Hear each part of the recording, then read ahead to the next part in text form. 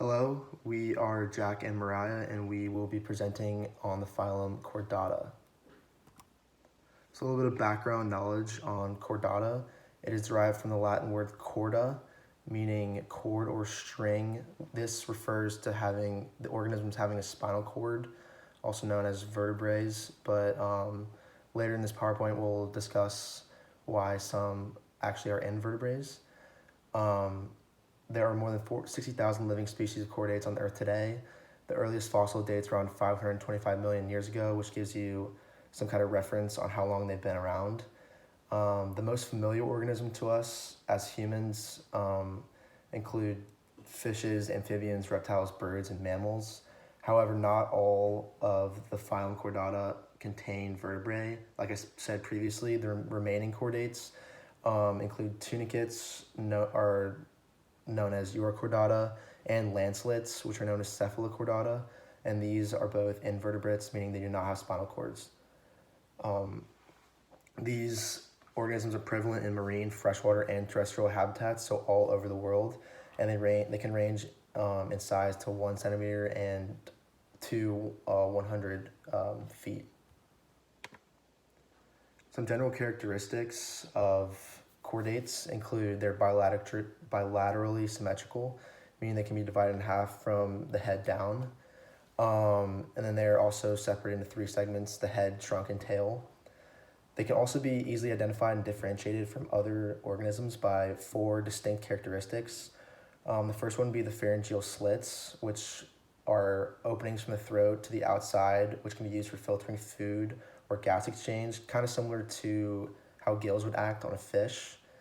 The second would be the dorsal nerve cord. This is a hollow nerve tunnel running along the backside of the animal as opposed to the belly. This is very similar to a spinal cord that you would see in a mammal. However, like we said previously, not all of them are vertebrates. The notochord is very similar to the dorsal nerve cord. It's a rod that runs down the length of an animal, but this particular body part is very similar to cartilage and very bendy. And then finally, the post-anal tail is the extension of the notochord and the dorsal nerve cord past the anal opening. So this more or less acts as a tail on the fish, kind of propelling it through the water if need be. So many of these characteristics are not only present during the early stages of an organism's life, or they're not present during early stages of life and are often lost in the adult stages. So the 3 classifications, or the 3 subphyla of chordates include subphylum Chordata. These include tunicates, better known as sea squirts or sea vases. Number 2 is subphylum Cephalochordata, and these are your lancets. And then number 3 is your subphylum Vertebra, which include common animals like sharks, fish, and tetrapods. But in this presentation, we're solely focusing on subphylum Chordata and Cephalochordata. So we'll get started with the subphylum Chordata. These are invertebrates. However, they do contain a notochord through their development, but sometimes this can be lost. So the organisms that are included would be salps, larvantians, and tunicates. Tunicates have a rubbery or harder outer coating and 2 siphons to draw water into and out of the body. As you can see on the image on your right, those green organisms are attached to a rock and appear to be filter feeding. And then salps and larvantians are tiny, plankton-like, free-swimming animals in open water. Most Chordata are small, solitary animals, and nearly all are sessile as adults. However, as you can see, salps and larvantians are free-moving in water. Obviously, they're marine filter feeders, and they have very primitive nervous systems, very simple bodily structures as well. So now we're going to get into the actual structure of Chordata. They have very simple body systems. As you can see in the chart to the right, they contain a sac with 2 siphons through which water enters and exits. Water is filtered through the atrium and and funneled out of the end siphon. They contain muscles that retract the body. This allows for their whole filter feeding process and allows them to eject the water in a smooth process. And then in salps and larvantians, who are not stable, these muscles have become modified to produce jet propulsion, so they can move freely throughout the water. And then finally, we're going to talk about the Chordata life cycle. So this can be kind of broken up into 5 easy steps. The first step would be the eggs are fertilized and embryos are kept in the female's atrium. Then the larvae are then released into the open water and are basically cast off to find an appropriate place to live, like a rock to attach to.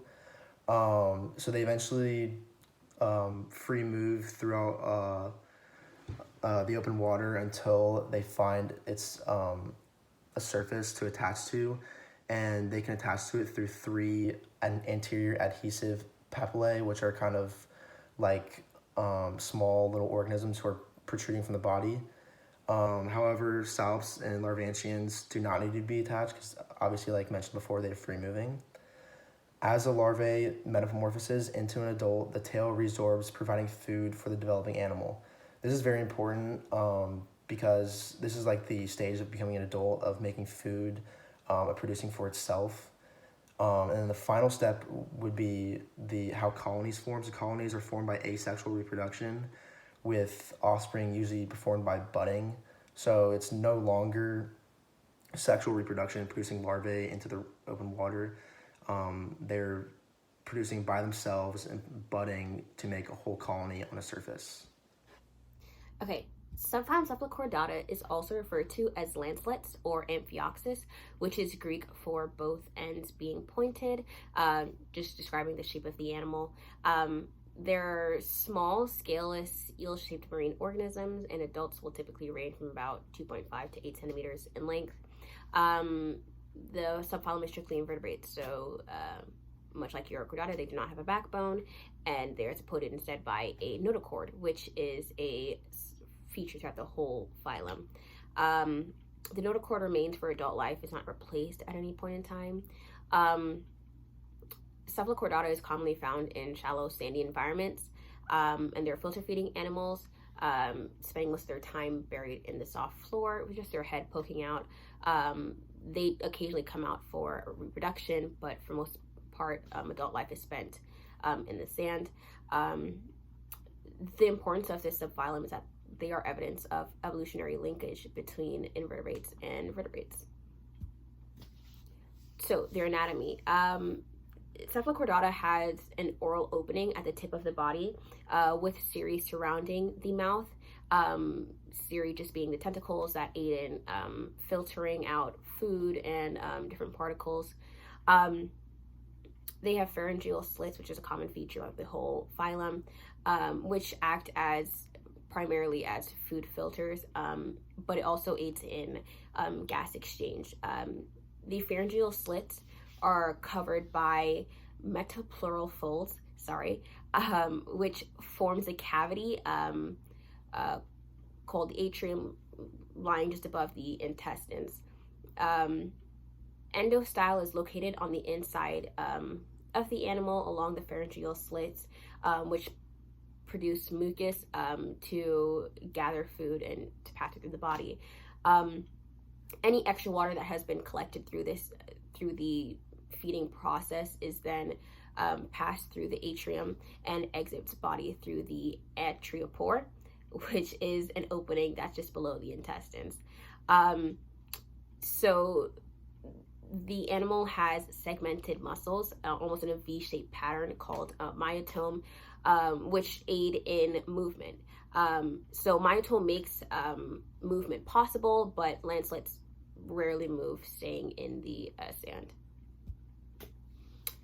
So the notochord extends from end to end, supporting the dorsal hollow nerve cord, which is a feature throughout the whole phylum, as mentioned before. The notochord also aids in movement. The dorsal nerve cord has a slight swelling near the top or near the oral opening, which is considered the brain, and does not have a cranium or a skeletal structure to surround it. Nerves extend from the dorsal cord outwards throughout the body, allowing the organism to sense movement around it. And externally, Chordata has a dorsal fin, which extends along the body, a caudal fin near the tail, and a ventral fin. So their life cycle. Lancelets are sexual reproducers, and adults enter into open water to reproduce, and eggs are fertilized outside of the body. Larva is produced, and they look pretty similar to the adult, although they do lack a few features such as the atrium, gills, and fins. Larva is typically found near the floor, but in open water, so they are free swimming organisms. And so they take this maturation time to develop their features, the atrium, the gills, the fins.